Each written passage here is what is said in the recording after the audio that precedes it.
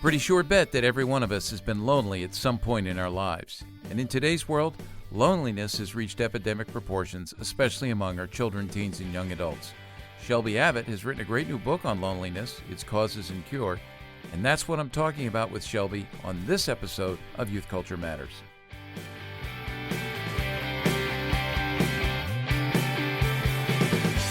From the Center for Parent-Youth Understanding, this is Youth Culture Matters. If you're a parent, youth worker, educator, counselor, grandparent, or anyone else who cares about kids, we're glad you've joined us for this practical, informative, and hope-filled podcast.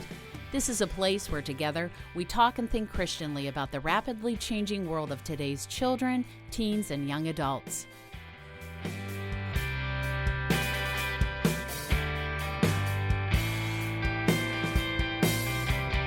Well, welcome everybody to another episode of Youth Culture Matters. I'm Walt Mueller here at CPYU, and as we do on every episode of Youth Culture Matters, we try to look at one of the youth culture trends that's out there. Some of them are ones that are concerning. Certainly today, we're going to talk about loneliness, and we have a guest who's written a new book on that. We'll introduce him shortly.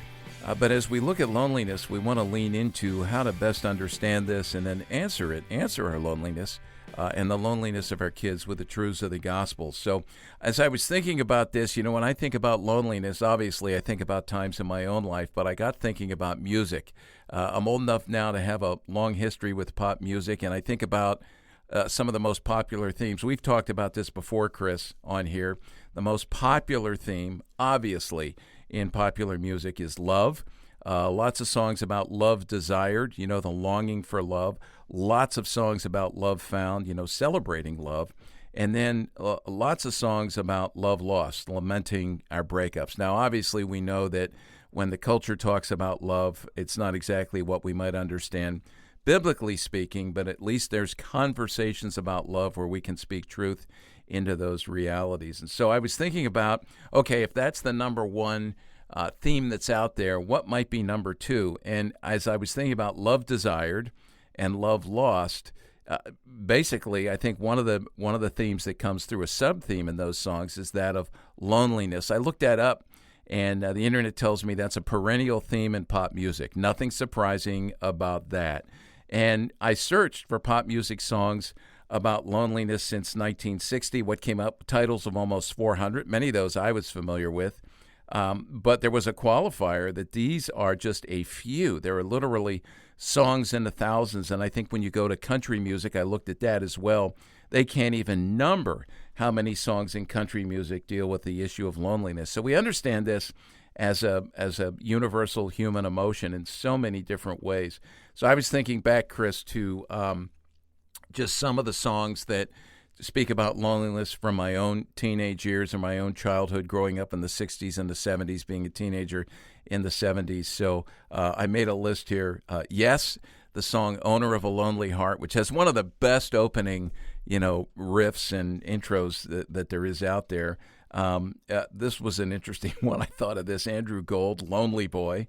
The Beatles, Eleanor Rigby, which was a song about loneliness. America.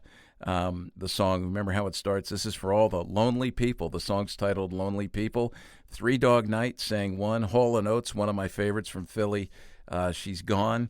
And then this one I looked up, and I may mention later what's in this one, but I was not really familiar with the lyrics other than the tune and the title, but it was this 1972 tune from when I was a sophomore in high school, a guy named Gilbert O'Sullivan, kind of a goofy song, but it was called Alone Again Naturally, which I thought probably best represents my own dating life. But I was wondering, Chris, if you had any that you remember from your teenage years as you think about loneliness. And a lot of these songs, when we hear them, it takes us back, right, to that moment and the emotions we were feeling. Yeah.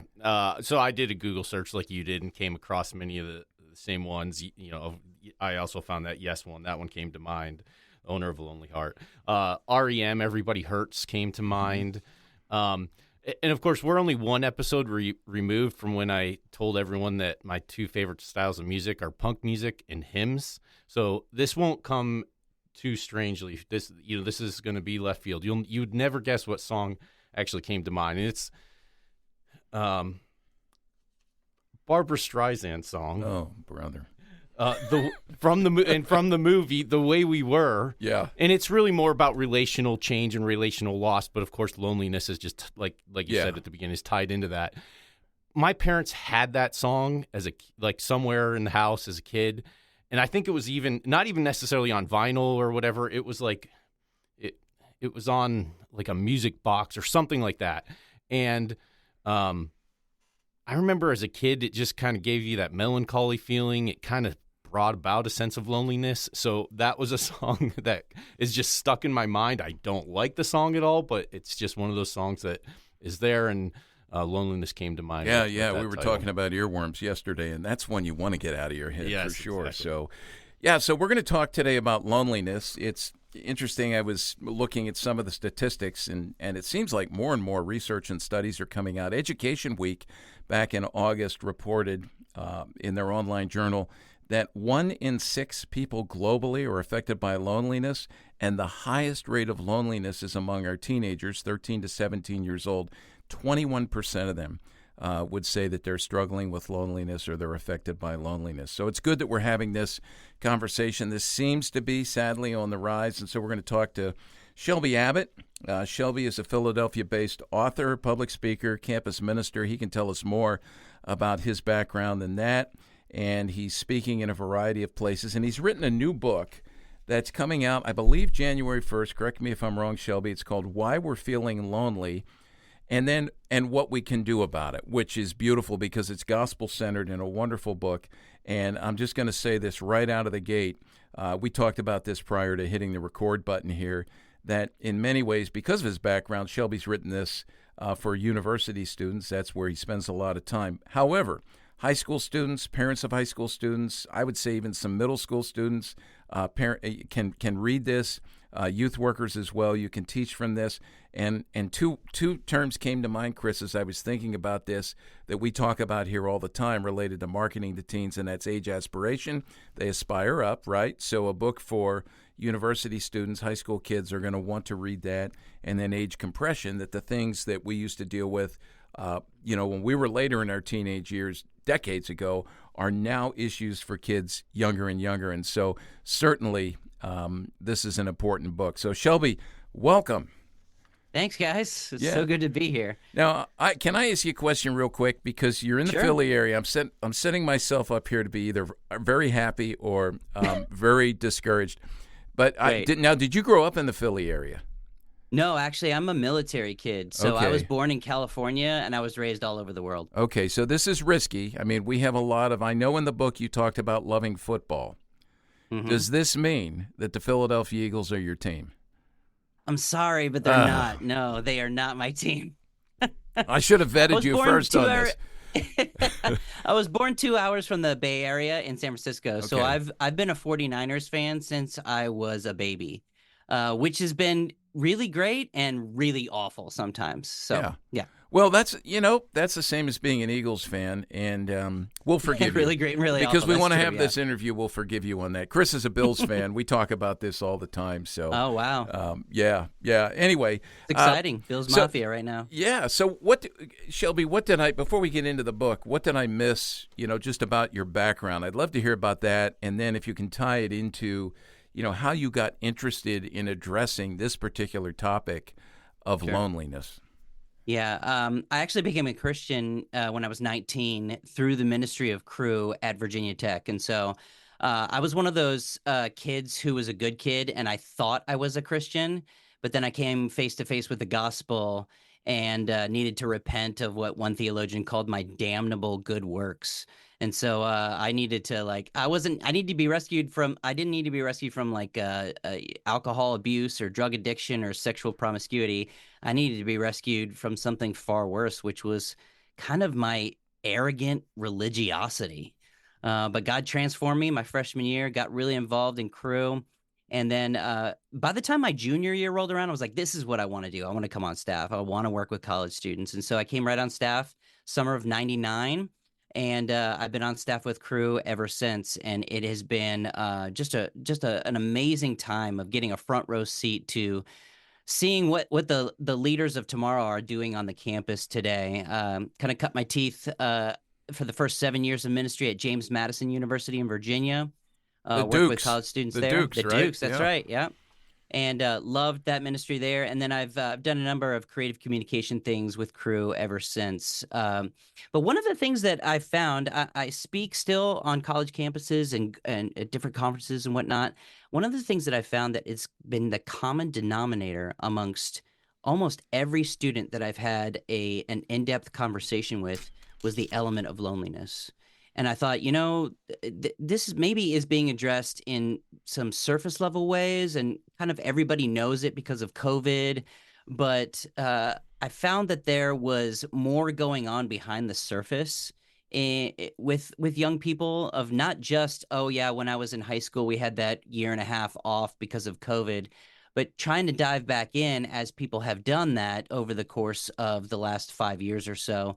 There's still this kind of really huge battle with loneliness. Even though people might be surrounded by others, they still feel lonely. And so I was like, what are the causes of that?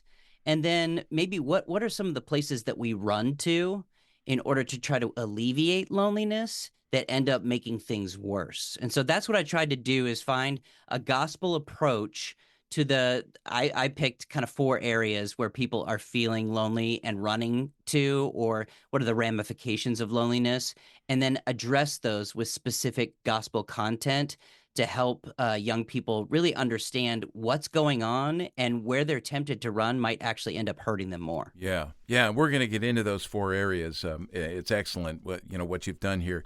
But I want to go back to something you said about your in-depth conversations. You found that, if I heard you correctly, in these in-depth conversations with university students, loneliness typically came up. Just a question about that. Was it you're just listening and they're talking about this, or did you prompt them with any questions that you asked specifically? And the reason I ask this is, it's twofold. One is, if it's just coming up, it's obviously a deeply felt need that students are throwing out there. But also, if it's a combination of that plus asking questions, perhaps you can coach us a little bit on how to prompt discussions where students who are struggling with this, who may be a little bit shy about sharing, with some vulnerability, the depth of their loneliness, the reality of their loneliness, how to, pull that out of them so that we can then converse and take them into the gospel. I hope that makes sense. That's a very thoughtful, really great question. I love that that's your heart, because honestly, this generation, the younger generation, Gen Z and Gen Alpha right now, they really value authenticity. And a lot of times, anybody who's older than Gen Z, myself included, obviously, we have a tendency to want to teach, get it right, and almost to a certain degree have everything polished for them, so that they are impressed, so to speak. And I have found that even though I'm a relatively good communicator, I'd like to think, they're not as impressed by that, but they are very, very drawn into my own story about what my experiences have been with loneliness, how I've hurt in the past, how I've dealt with it in a bad way, as example of what not to do. They feel like they can learn from a lot of our stories of failure as opposed to just successes. And so if I lead with that to answer your question, they're going to be a lot more prone to open up about what they're wrestling with, what they're going through. And it doesn't take many, as you said, insightful questions to get into the meat of what they're going through.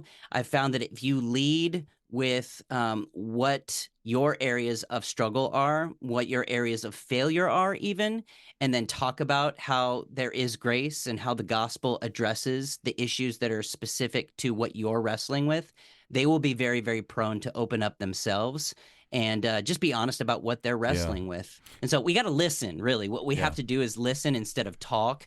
My grandma used to say, you got 2 ears and 1 mouth. So make sure that you're double listening and speaking less, which is hard for me because I have a tendency to want to talk a lot. Yeah. And that's the way we are in ministry, right? And we want to fix things. And I will say what I hear you saying, and I want to reiterate this to those who are listening. Obviously, authenticity. You talked about, our tendency to want to be polished and have everything together and really impress. That's been a problem in the youth ministry world, especially speakers and, retreat speakers and things like that, where we go in and we want to impress, or we think wrongly that let's say we're going to do a half an hour talk. We're going to spend 25 minutes just trying to get their attention, and usually that's through humor and laughing, and then we're going to throw a little gospel bomb or a little zinger in there. No. I have found over the years that students, because of their brokenness, and certainly loneliness would figure into this, it's sort of like cut the garbage and get to the point. And this is where, Shelby, I want to say, because people are listening here, I rejoice, take this the right way, I rejoice in your suffering and your brokenness, because you're vulnerable in the book. And the reason I say that is that I see the greatest leading and teaching in the world right now of ministry comes from those who are not trying to keep up appearances, but those who are honest about their suffering, entering into the sufferings of Christ, whether that's loneliness or something else, and being open and honest about that to share how, God has come in and the gospel has answered that. We know. I mean, we hear this. You do a podcast with Paul Tripp, and we'll include a link to that podcast as well. But he talks about this, right? There's just that God refines us and God grows us in our suffering, and we need to understand that. So I love your vulnerability there. How would you then, so we can have these conversations, help us understand a little bit about how to define and understand loneliness in today's cultural context? Well, it's a little bit about, we think that a lonely person is just someone out there on their own, flying solo, and it's raining on them and like they're just really sad. And certainly that can be true, but I have found the interesting, maybe different dynamic that young people are wrestling with right now is they could be totally, quote unquote, attached and connected to a bunch of people digitally, and they're still ridiculously lonely. And that's like the first thing that I addressed in the book, is because the new kind of experiences that they're going through, of some of them may have thousands or tens of thousands of followers, whether it be on Instagram or TikTok or whatever, and yet they could still feel completely isolated, that nobody really understands them. Nobody really, if they knew them for real, instead of what their curated list of posts kind of communicate to the outside world, they don't feel happy all the time. They do feel sad. They do feel like they don't have an actual friend. And especially the people who are more successful in that area, it's more difficult for them to trust the real people around them, because they think, do they really like me for me, or do they like me for the content that I'm putting out? And in our heart of hearts, while we may not be asking those kinds of practical questions, we still are wrestling with that. It's like, well, if I stopped putting out content, or I stopped being funny online, or I wasn't as pretty and I didn't have the right kind of pictures that I posted, the videos that I post that are outrageous or whatever, people would abandon me. And so they're wrestling with that in a unique way now. We think that, because they're popular online, they must have tons of friends in the real world. And I found that that's just not necessarily true. And maybe even the people themselves who are posting that kind of stuff don't recognize it, but in their heart of hearts, they know that they're the only one out there that's going through the unique experiences that they're going through, which of course we know is not true. My experiences with loneliness, as you mentioned before, have been with pain. I'm a chronic pain patient. I have a herniated disc in my lower back that pushes on my sciatic nerve all the time. And so I have felt loneliness in that. And as you mentioned, God has used that, the worst thing that's ever happened to me in my life, to bring about the greatest things in my life, deeper understanding of the gospel, more rich relationship with Jesus. And so almost everybody is on the cusp. If you're wrestling with loneliness and you don't understand how to address it, you're not that far away from understanding the purity and the depths of the gospel in ways that you'd never seen before if you have someone to help steer you in the right direction. It's often through the body of Christ that God works in order to help us see that we actually do need the body of Christ. Yeah, this is so good. I'm thinking as you're talking about this, one of the things that I would say to youth workers and parents is, parents tend to be, they want everything perfect for their kids, right? They don't want their kids to suffer. They don't want their kids to have difficulty. They don't want their kids to wander. I just had a conversation last night with a couple. Raised their kids in a Christian school, raised their kids in a Christian church, raised their kids with Christian nurture, and one of them is wandering now and questioning whether he's a Christian or not. And the word they used was devastated, right? So had a chance to converse with them about, this is God's workshop, not just for your child, but it's God's workshop for you, God's curriculum for you, where God's parenting you. And the other thing would be that, and I think about this, that I often say a landscape of hopelessness is a landscape that's ripe for the gospel. I hear you saying that. A landscape of loneliness is a landscape that's ripe for the gospel. And just like, the prodigal son, we see God, we hope and trust through loneliness, bringing people to the end of themselves. Yes. So that they will turn to him. As you're talking about this, and I want to dig a little more into this digital stuff, I pulled this in preparation for this. I just pulled this off my shelf. You're familiar with that book, Sherry Turkle's book, Alone Together. Yep. And I was like, okay, when was that written? All about, technology, and here we are in the same room, but we're very alone. And it was the start of the loneliness epidemic. That's all. It was almost 15 years ago, 2011. that book came out. So this was being seen, and we continue to go into this. Could you, and I want to ask you this just related to social media, because we talk here a lot about social media and how we as redeemed adults, we're prone to jump into this and deal with it the wrong way. And like you said, creating this false identity, which leaves us afraid to be vulnerable and expose our real selves. Are you seeing this in the church among professing believers as well as outside the church? Have you been able to navigate that a little bit? Yeah, sadly, there's not too much difference between what's going on in the culture, the secular culture, and what's happening within the context of the church as well. I found that, the digital quote unquote connections that people have, and again, I use that with quotes because it gives the facade of connection. It gives the facade of having friends.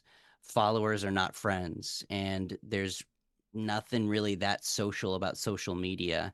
I know the tech companies at the beginning wanted to do, at least from forward facing, they were like, let's get a way for you to connect with your friends.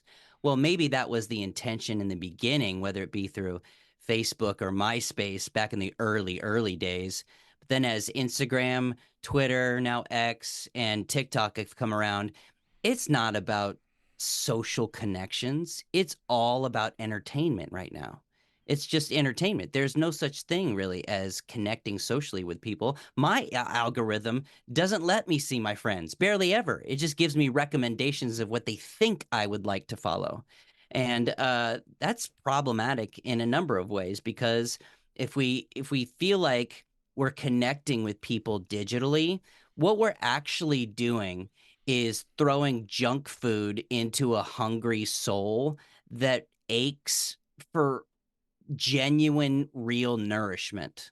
Like, we want real connections, but the convenience of convenience store, snacking is gonna starve anybody who eats that all the time, because you need satisfying connections with real people who are also really in need. You need to know and be known. And social media is never going to actually do that, because everything that you post online in some form or fashion is edited content. Whether you type something out with your thumbs, post the picture from the angle that you want, refilm the video over and over and again until you get it just right.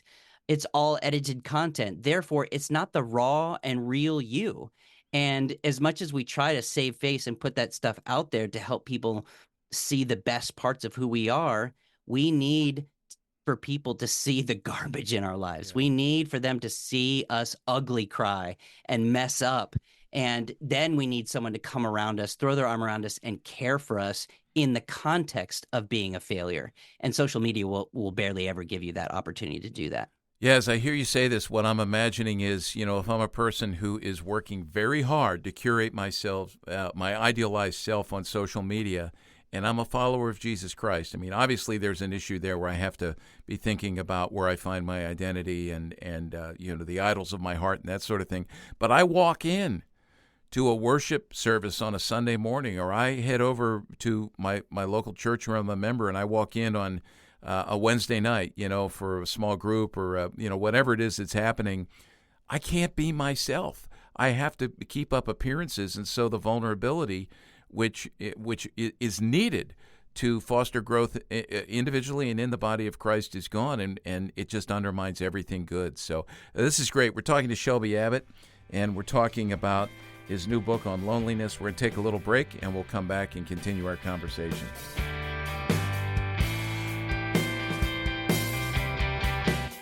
Our mission here at CPYU is to increase the ability of home and church to nurture children and teens into a lifetime of biblically faithful, whole-life Christian discipleship. That's why we've created our free weekly Youth Culture Field Report. It's a weekly resource filled with the latest youth culture news, research, trends, biblically sound analysis, and more. If you want to lead the children and teens you know and love through the rapidly changing world of today's youth culture, you need to subscribe to this free weekly resource. It's easy. Just go to cpyu.org and scroll down to find the subscription link. Subscribe to the CPYU Youth Culture Field Report today so that we can walk alongside you in your efforts to nurture kids in the Christian faith.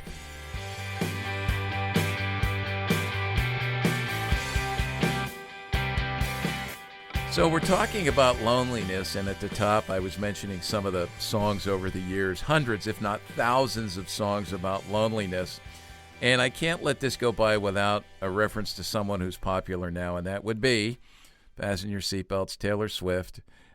And I found a song she wrote when she was 12 years old. I think it came out almost 20 years ago, but she wrote this when she was 12. It's about loneliness, and it's called The Outside. And in an interview with Entertainment Weekly, she said this about the song.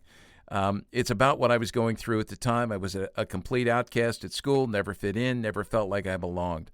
A lot of times back then when I was 12 or 13, I would write songs about relationships when I wasn't in relationships because I would look at other people and try to observe what they were going through. But in the case of The Outside, I was writing exactly what I saw. I was writing from pain. And I've always felt so lucky because I've never needed an escape like drinking or drugs or anything like that. To escape from the bad days. Music has always been that escape for me. And you think about why popular music resonates. We've often talked about kids who we've talked to who said that, well, that's that person. What I like about that song is that person singing about me. They understand me. They know me, which is kind of what Shelby was talking about in the beginning when we listen, when we work to understand. So just a couple lines from the song. I've been a lot of lonely places.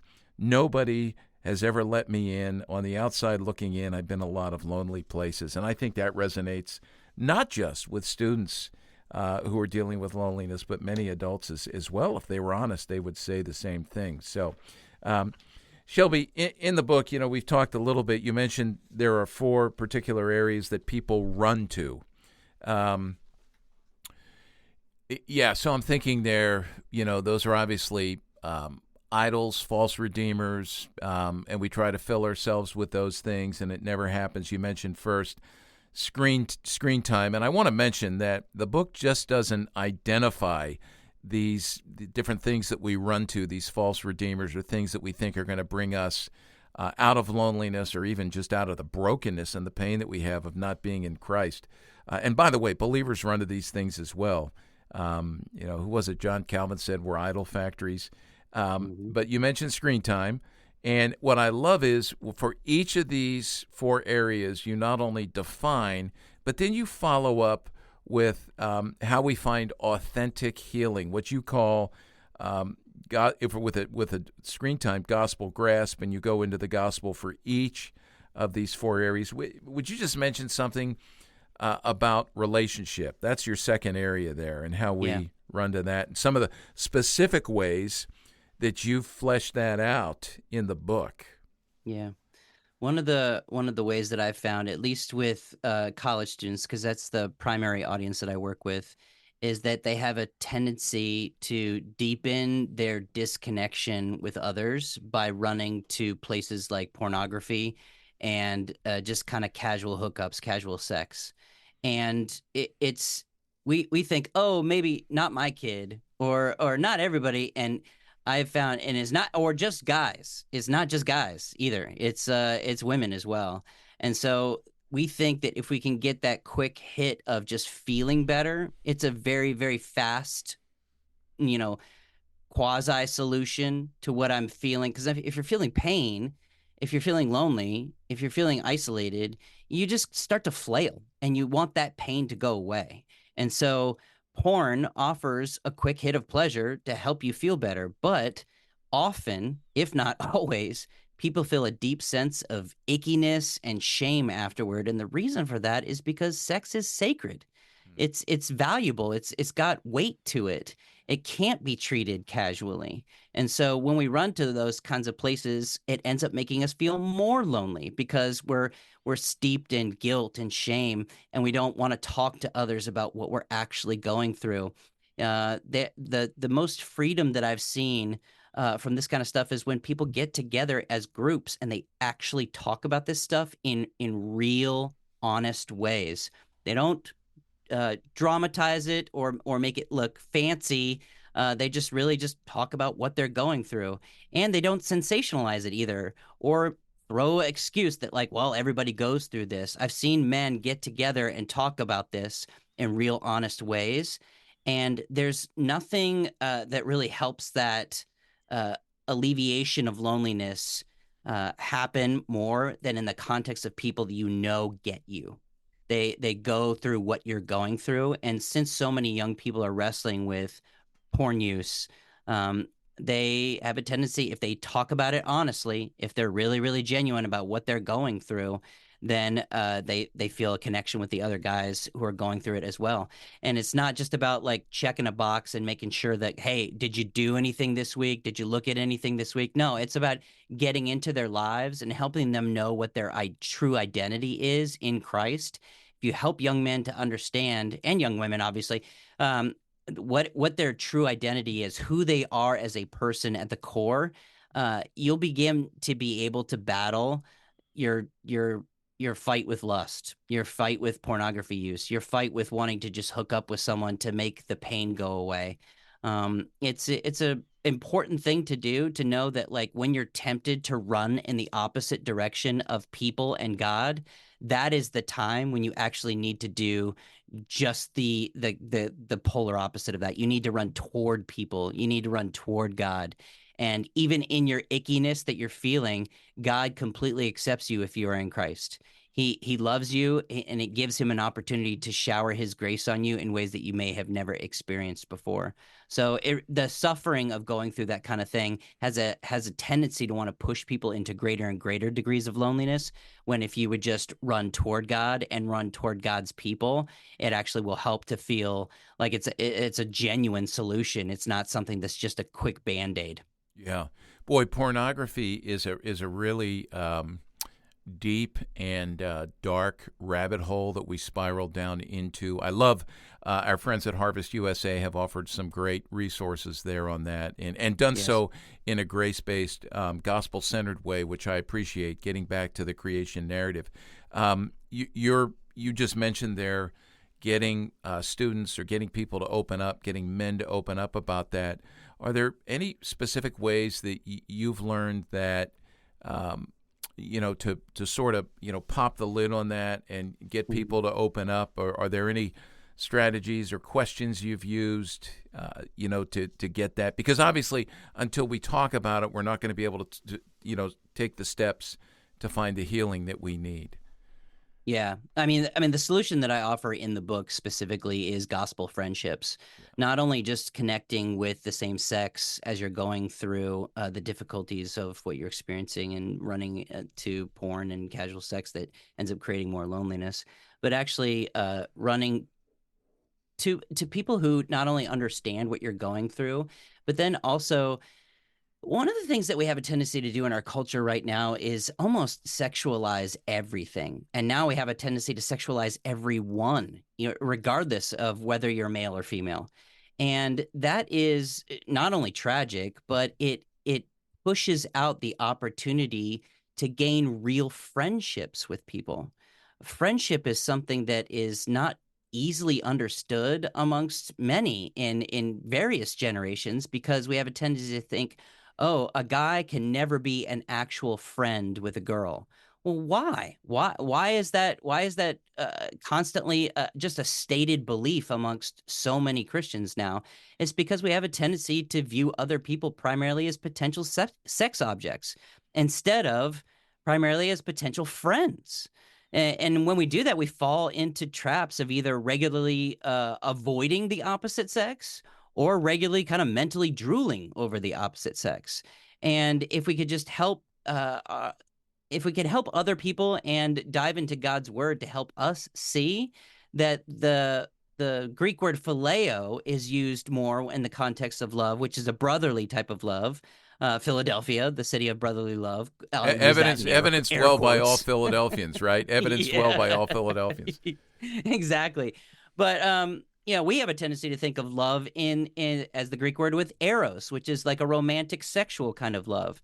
But the Bible actually uses phileo way more than it uses eros. And so we need to kind of rethink what love is in many ways. First of all, God is love, and we need to approach it from a different angle to help us see that, like, oh, not every emotion that I feel in terms of connection with other people has to immediately be thrown in the category of romance. And when we're able to kind of recalibrate our brains to think in that way, we're able to actually get honest about what we're going through. So to answer your question, there are a number of different specific things that you can do to get people to open up. But I think getting at the root of what people are running to and why they're running to the things that they're running to is a good prerequisite. No doubt you guys do research before every interview that you have with someone. I can tell that you've already read a bunch of things about me, and you know a lot about my book. Well, why aren't we doing the work of trying to get into people's lives and discovering what people are wrestling with? Just some basic stuff that I ran into as I was researching for the book was the Surgeon General of the United States declared loneliness a public health concern, equating its mortality impact to smoking 15 cigarettes a day. And then when you see that kind of stuff, you go, oh, this is a way bigger deal than I thought it was. 73% of 18 to 22-year-olds reported feeling lonely sometimes or always. And that's 3/4 almost of young people. And so if you do the work and you start to understand, you don't make assumptions that everybody's doing okay. Not everybody, most people aren't wrestling with lust or porn, or most people are not sleeping with their girlfriends. I ran a summer mission with Crew for 10 years where students have to apply to come on. They have to like clearly articulate the gospel. They have to understand what the spirit-filled life is. They have to raise $3,500 to come on this summer mission and be on mission for 10 weeks over a summer. And I made the assumption for the first several years that I was dealing with Christians on the summer mission. And after a while, when I started to see people actually accepting Christ on the summer mission, or going back as a dog returns to its vomit to their old ways after they would leave a summer mission, I'm like, people don't understand the gospel. I'm going to stop assuming that everybody understands the gospel. And so I would preach the gospel to all these quote unquote Christians for several weeks over the summer because I wanted them to understand the true nature of what it meant to have a relationship with God. It's not just I pray this prayer one time and then I'm a Christian and everything's fine. No, you need to plumb the depths of the gospel in ways that you never have before in order to address the real problems that you're going through. So I would not make assumptions that if you're in a Christian group talking about what you're wrestling with when it comes to porn and accountability groups, don't assume that everybody in that group is a Christian. Preach the gospel to them and help them to understand the nature of who they are in Jesus before you get to any of the specifics, because all the specifics are really just They're really just symptoms of a greater problem that's going on underneath the surface. Yeah, boy, you're raising so many thoughts in my head that we've talked about internally here, and even when we're having conversations on podcasts and out on the road. But I think about one of the things we hit on, just what you said there about the university level mission trips, making assumptions. And probably most of those folks who went with you had grown up in a church and possibly yes. in a Christian home as well. And Yes. this is, to me, this is the problem with saying, well, we just want to bring people to Jesus, or we just want to love people to Jesus. So we stop, right, at assuming that a raised hand or a walk forward, however this happened, or a prayer prayed, is evidence of justification. But then we stop there and we detether justification from sanctification, which then issues out into all of these things. And people don't truly understand the gospel because I don't think that it's really been faithfully preached. And, a lot of us in our stories, obviously we're taking steps forward all the time. And I realize today things that I didn't know, long ago or last week, that I can't believe I didn't know that. And I have to confess that I didn't know that. And so, yeah, that's really good. Can I, just on this issue of pornography and sexuality, I want to ask what you're seeing on the university campus, because some of what we're reading, coming out of some of the data, and I'm just going to summarize here. I can't really pull up anything specific, but that kids are engaging less and less in casual sex, but maybe moving more into pornography, which obviously we said already. I mean, the dopamine hits and, the way God made us to be sexual beings, and this is just a fallen a fallen world of something good that God created for good that the enemy's taken us into. Are you seeing that trend as well on the university campus? Because sometimes people will say, "Oh, thank goodness my kids are not having sex," right? So we're looking for behavioral conformity, when in fact maybe they're moving deeper and deeper into the dark world of pornography. Are you seeing that trend, or? Yeah, I've definitely seen less. Well, obviously the stats are right. There's less teenage pregnancy. There's less STDs that are going around, and we might think, "Oh, that's great," but it's actually there's actually a poison that's going on that's maybe even far deeper, getting at the soul. College campuses, I think, are way more unique than high school, and I've always said an 18-year-old high school student is a lot different than an 18-year-old college student. Even you give them like 3 months, and when you go to that college student label, things just open up in different ways. And so there's still rampant sexual hookups that are happening on college campuses all the time. If you're with a boyfriend or a girlfriend, like if you have a boyfriend or girlfriend, it's assumed that you're having sex. It's not even like a question anymore. It's assumed that you're having sex. So maybe it's a little bit different for me working with college students, but I can definitely see how the appeal of porn for young people would make them go, I don't need to, actually hook up with someone. I can get my quote unquote needs met whenever I want to, right here on my phone in the privacy of my own room. So I think that, that is happening, but it's like, again, if we think that's a good thing, that sexual hookups are going down, it's kind of like treating, poison with a different kind of poison. It's like, oh, well, maybe things will get better if I take this pill, and it ends up being more problematic than the initial ones, because it's training them to think a certain way about sexuality, to think a certain way about what it's supposed to be like. And then I've seen story after story after story of people who get married and they've been trained, maybe they're a virgin, but they've been trained on how to have sex from porn. And they run into so many problems in their marriage in the sexual arena because they feel like they know how it's supposed to go, whether it be aggressive or they have expectations. It's all about me and satisfying my needs, my wants, my desires. And they have to really go back to the drawing board and recalibrate what they know sex to be in the context of a marriage now, where it's, free reign to do what you want to do sexually with your partner in a marriage. But there's so much residual garbage built up in their brain and their heart that they don't know how to actually engage in a healthy sexual relationship. They think that they have an outlet now, so everything is going to be fine. And what they end up doing, I've seen this over and over again, is running back to pornography. Yeah. They run back to the places that are more exciting than the actual sex that they have with their wife or husband.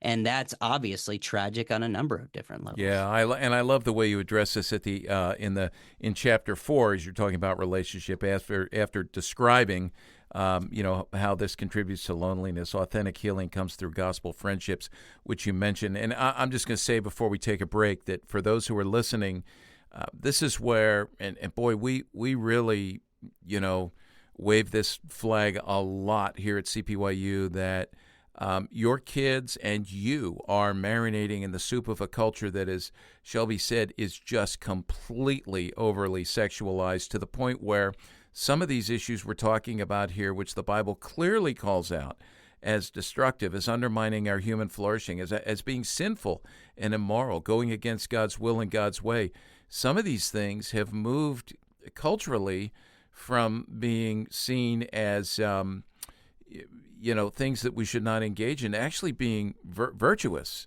and accepted as, well, this is normal. And this is where the gospel, it's just like Paul going into Acts 17, right? He started to speak about Jesus and the resurrection. They had no categories for that. We're getting to that point right now. And I loved, your podcast partner there, Paul Tripp. I listened to a series of talks he gave a few years ago at Wheaton College, I think during a spiritual emphasis week on sexuality. And there was this point, and I point people to this all the time, where he said, the 4 most important words ever spoken about, I'm paraphrasing here, 4 most important words ever spoken about sexuality are the first 4 words of the Bible: in the beginning, God. And, when he said that, I thought about the first 4 words that the enemy spoke to our first parents that undid everything and led them into sin. And it was, did God really say? Did God really say?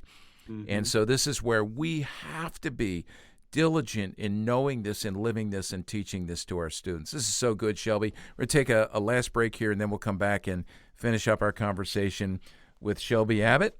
And it's about his book, Why We're Feeling Lonely.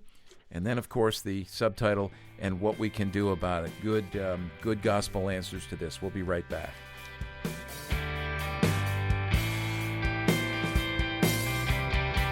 Hey, youth workers, it's happening again. The 4th Annual Northeast Youth Ministry Summit will be held from March 16 to 19 in the beautiful Laurel Highlands of Pennsylvania at the Ligonier Camp and Conference Center.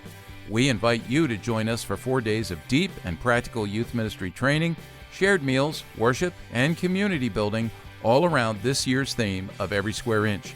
We've assembled an experienced group of youth ministry trainers and practitioners who will lead you into a deeper understanding of how to raise up a generation of students who live out their faith in every square inch and moment of their lives. We'll gather for 6 large group sessions, and you can choose from 20 breakouts. And there's a whole lot more. Visit nymsummit.org for more information and to register. That's nymsummit.org. No matter where you live and are doing youth ministry, I hope you'll join us at the 2026 Northeast Youth Ministry Summit.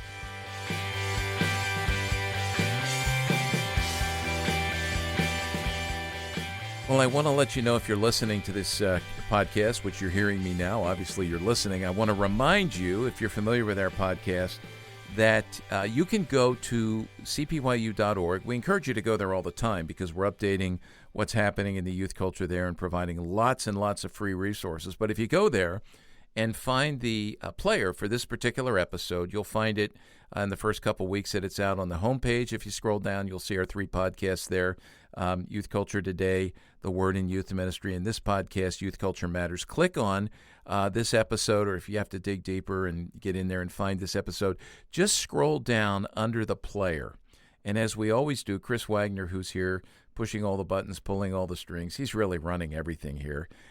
What we want you to do is look at what he's posted there, which would be resources. Anything that Shelby's mentioned here, whether it be books, podcasts, links to articles, whatever it might be, other ministries, we've mentioned some of those. All the links will be there. We want to make it easy for you to follow up from this and learn more. And we'll also include a link to Shelby's homepage. Shelby, what is that? Just remind us of where people can find you. Yeah, it's shelbyabbott.com, ABBOTT.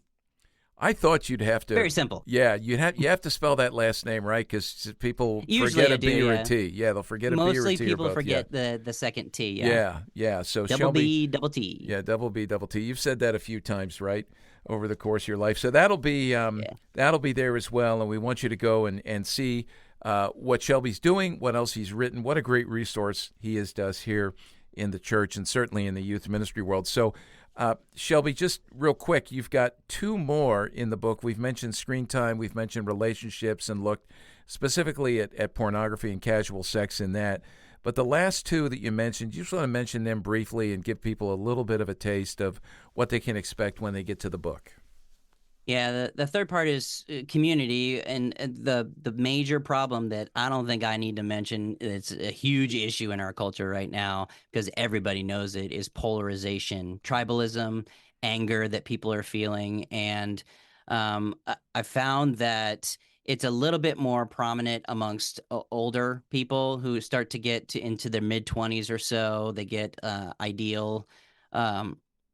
idealized in many ways of what they think things should be like. And so they get angry when things are not the way that they want them to be. And so they join a group, and a group, whether it be online or actually in person, and the group is often a polarized group. It's a very extreme group. While on the surface it might seem like it's just, we're all have commonality here. But the foundation of a polarized group is usually built on loyalty to a specific ideal, like a specific idea, not to the relationships within the group. So you feel welcomed, you feel comforted by this group of people, usually online, but everybody's got this one opinion in common. It's not connected to the people per se. So in other words, all the relationships revolve around a specific opinion itself rather than the actual people who hold said opinion. So if you at any point decide to bring up nuance or maybe a gray area, or even change your opinion about what everybody agrees on, boom, you're out. You're ostracized. Canceled, right. Yeah, you're canceled because if you don't agree with us, you must be against us. And you'll find that all your quote unquote friends weren't actually friends in the first place. And so we probably all experienced this in some form or fashion, but it's been ramped up in quite a significant way recently. So that's the third one. And then the fourth one is not necessarily what people run to, but it's just an issue that people are wrestling with all over the place, and that is depression and anxiety. And so, man, this is just a really powerful thing amongst so many young people right now. And you have to deal with it in ways that sometimes a lot of Christians just go to Matthew 6 and they say, hey, if you're feeling worried or anxious, you need to stop it and trust in Jesus. And sometimes that works. It does. There's nothing wrong with taking people there and exploring what someone is wrestling with. But I found a more systemic wrestle with this has been prominent amongst a lot of young people in ways that, hey, you need to trust in Jesus. That answer is just not going to be sufficient for them. So you need to dive into and be really empathetic and careful in these moments. There are people who are close to me who do not struggle with anxiety in terms because they're on medication, but their body feels this sense of anxiousness all the time, this nervous energy. It's a physiological thing. It's not necessarily a psychological thing. And so in the book, it's controversial, but I say if you're wrestling with this and you haven't gotten to a solution on it, whether it be going to see a counselor or something like that, I think it's wise to see a doctor, to have someone look at your life. And medicine's not the choice for everybody. It doesn't mean it's the solution for everybody. But I think that sometimes if I wrestle with chronic migraines, and if someone just said, hey, you need to pray about that and address it, I'm like, yes, I do all the time. But if my doctor did not prescribe a specific kind of medication, I would be out of the game several times a month, not able to function, to care for my family, to care for my wife, to even do anything. There have been times when I've been rolling around on the bed because I cannot get in a position where I feel awful, where I'm saying, I just want to die right now. Well, some people wrestle with that kind of thing when it comes to depression and anxiety. And so we need to be sensitive to that, to meet them where they're at, address things with the gospel, of course, but help them to know that there are other solutions. God works through technology and advancements in medicine in order to be able to help give us his common grace. Yeah. And so an MRI machine is a very good thing when you've got a major problem going on within. Well, we wouldn't just say, abandon the MRI machine. No, we need to utilize those kinds of things in order to help us get on the solution side of what we're dealing with. Yeah, we would agree with you here on that completely. And, just a perspective on, who we are, made by God as integrated beings, right? Yeah. So everything affects everything else. I mean, you're talking here about how loneliness is fed, and it hurts us physically, it hurts us psychologically, it hurts us spiritually, it hurts us relationally. We're integrated beings, and God, like you said, has given us this ability. I mean, these are divine image bearers.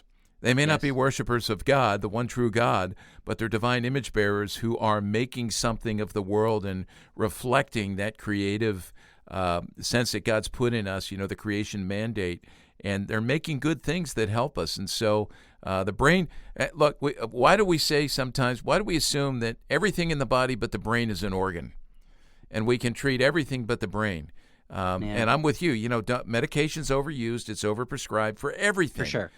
We have to be careful on that. And so I think that's good. That's a good word, especially for those who are struggling with kids who are dealing with this and might be counseled. Oh, don't ever go down that road. Sometimes go ahead. I was just going to say being lonely creates actually a 33% higher chance of depression and a 16-fold increase in the risk of death by suicide.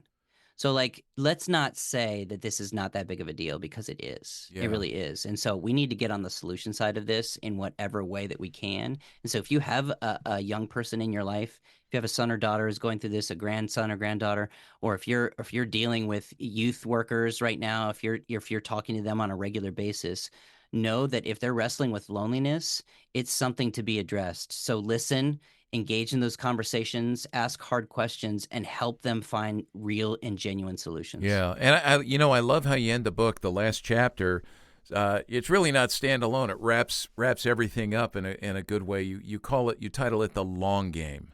Talk about that. Well, a lot of times, especially in our culture, we think we want very quick solutions. We want fast solutions to complicated problems, and often it just does not work that way. So as you're working with young people, or maybe you're even dealing with loneliness yourself, I think it's really important to know that this is not going to be fixed overnight. Rarely does it get fixed overnight. It's not going to be a very quick solution. Often it's going to be something that takes a while. It's going to take a while for the gospel to seep into the roots of someone's heart. Sanctification is a process. And you know what? There's no shame in slow progress. Right. There's no shame in that. It's not like, hey, get your act together. You've been wrestling with this for 2 months now. That can be even more of a burden to people, to help them feel more isolated. And so it's really important that we're patient with the young people in our life. We're patient with the people we're discipling. We're patient with our kids and grandkids, and help them to know that there are solutions. There are great gospel solutions. There are a number of different ways, but help them to know that you're going to be there with them in that process. Sometimes they just need someone to be with them. If someone's mourning, if they lose someone close to them at the funeral, it's probably not a good idea to quote Romans 8:28. That's just going to be very insensitive to them. It's true. Romans 8:28 is definitely true, but timing and nuance and discernment about how to say something and what to say is really important. And so we need, sometimes if someone's mourning, they just need someone to sit with them and cry with them. Presence. And sometimes when someone's going through loneliness, they just need someone to be with them and not offer them quick solutions. So know that it's a long game most of the time when we're dealing with loneliness, but be willing to get messy, to get your hands in the dirt with people, and know that that you're a trusted presence alongside them in life. Yeah. Hey, all these things, when we have a good theology of suffering, whether it is ourselves in our own personal suffering or and all you got to do is read the scriptures from Genesis to Revelation, and you'll see that. I mean, how can we deny that the world should be or say that the world should be easy and deny the fact that suffering is redemptive? But if it's you, you're dealing with this. But if it's someone you love, you're going to deal with it as well. And sometimes that's super hard to carry those burdens and just be, as a parent. I know this. Man, I would love to carry that for you. Rather than see you or my grandson or I got a grandson with type 1 diabetes. And just watching that, he's only 12 years old, and he's had this for 6 years diagnosed, and just some of the conversations we've had and the difficulty of that, and so we grow out of that, and even with the loneliness. So I love and that. If you're going through loneliness specifically, I would say this, because there can seem like you're trudging through like waist deep snow, or I even used in the book, one woman said she's like she was trying to move through peanut butter, which I thought was visceral. But I want to say, if you're wrestling with loneliness right now, if that's you, letting others in doesn't make you a burden to your friends. It gives your friends the opportunity to be an instrument in God's hands to nurture and help you when you need it the most. So don't think that I'm going through loneliness and I don't want to be a burden to other people. It gives other people the opportunity to show you the love of Christ, gives them an opportunity to grow as well. So engage with people, run toward Jesus, not away. The worst thing you could do is continue to isolate yourself. Yeah. So Shelby, how do you hope this book, Why We're Feeling Lonely, is going to be used? Give us some settings and some suggestions, because you've thought about this. Yeah. How can those who are listening use this? Well, I mean, there's discussion questions at the end of every chapter. Yes. So you can do them as a reflection personally, and you could write your answers down in a journal or even jot them down in the book if you wanted to. But it's also meant to be discussion questions amongst small groups or even large groups. And so it's really just to help prime the pump of what's going on with people, help to address the specific issues that are brought up in the book. So you can do it in the context of a group, or you can do it by yourself in your personal quiet times. I've also written like 4 Bible studies that I'm offering for free on my website. I haven't posted them yet, but I will by the time the book comes out. Just to kind of maybe have a small group Bible study that'll go with each of the different sections.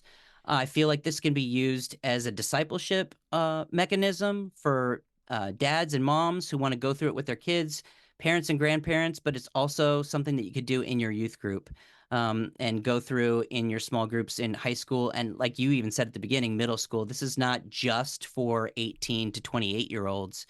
This can be used. In fact, one of the people who endorsed the book, I asked a 16-year-old girl to endorse it. She's labeled as Gen Z reader, but she said that the book itself, once she read it twice.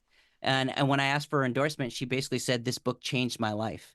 And I was so thrilled to hear that. I'm on staff with Crew. I raise my own support full time, so I'm not trying to make money off this book. I'll never be able to feed my family off book sales.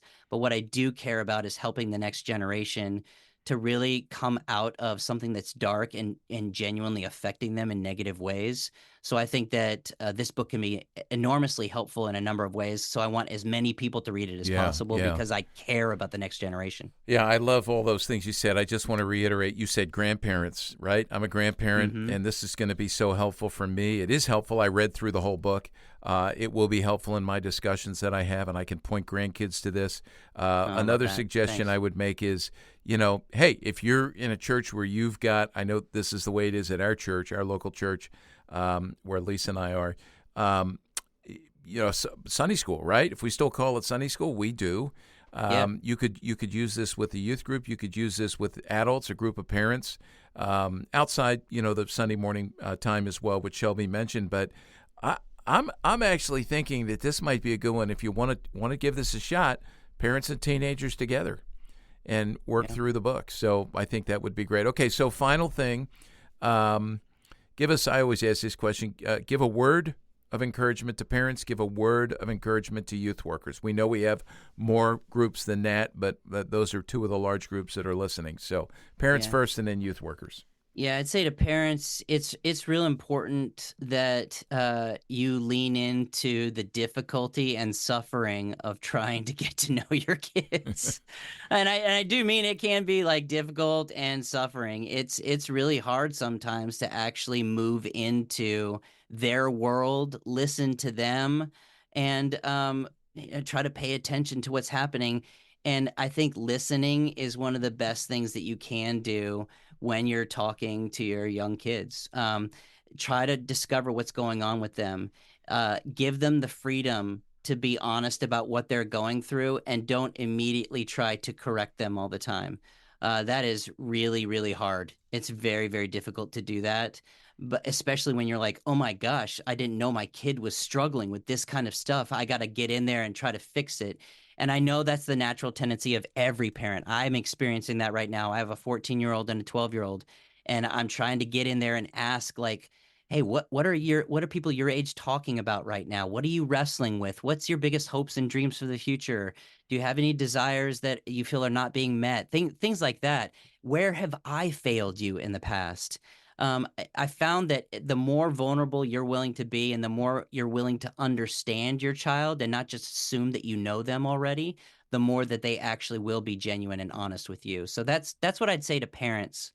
With youth workers, um, do not neglect to pound the gospel in every conversation you have. So much of kind of what you said of youth group can be, let's try to draw them in with fun stuff. And I'm all for that. I love that kind of stuff. I used to do stand-up comedy in ministry for several years. And so I get the importance of humor and how it can break down walls and silliness and fun. Do that. But if you've missed an opportunity to communicate the gospel, you've missed an opportunity for true heart change. Heart change is always going to happen by the Spirit of God. It's not going to be through slick presentations. So make sure that you're keeping the main thing the main thing. Always communicate the gospel, even if it's in 4 different little sentences that you use in your Bible study, discipleship time, large group meeting, whatever you might be doing. Do not neglect to communicate the gospel, even to kids you know have been there since middle school. Everybody needs to hear the gospel all the time. And in that process, preach the gospel to yourself too. Yeah, awesome. Shelby Abbott, thank you. The book is Why We're Feeling Lonely and What We Can Do About It. It's going to be out January 1st after this podcast drops. So you can pre-order it now in a variety of places online. Just look it up. I found it on there this morning. I was blessed to have a pre-publication copy sent to me, and I was able to read through the entire book. Very manageable, very practical, and really addressing issues that I think we're all dealing with, or we know people who are dealing with this. So thanks so much, Shelby. And thanks, Walt. Thank you. Brother, I really appreciate what you're doing. And like I said, I care a lot about the young people and the next generation, and you guys you're talking straight to them. So thank you for what you're doing. Yeah. Thanks so much for joining us. And for everyone who's listening, we hope you come back and you join us on the next episode of Youth Culture Matters. Thanks for joining us for Youth Culture Matters, a podcast from the Center for Parent-Youth Understanding. If you'd like to learn more about today's youth culture, visit our website at cpyu.org. And if you have any questions, comments, or feedback, email us at podcast@cpyu.org.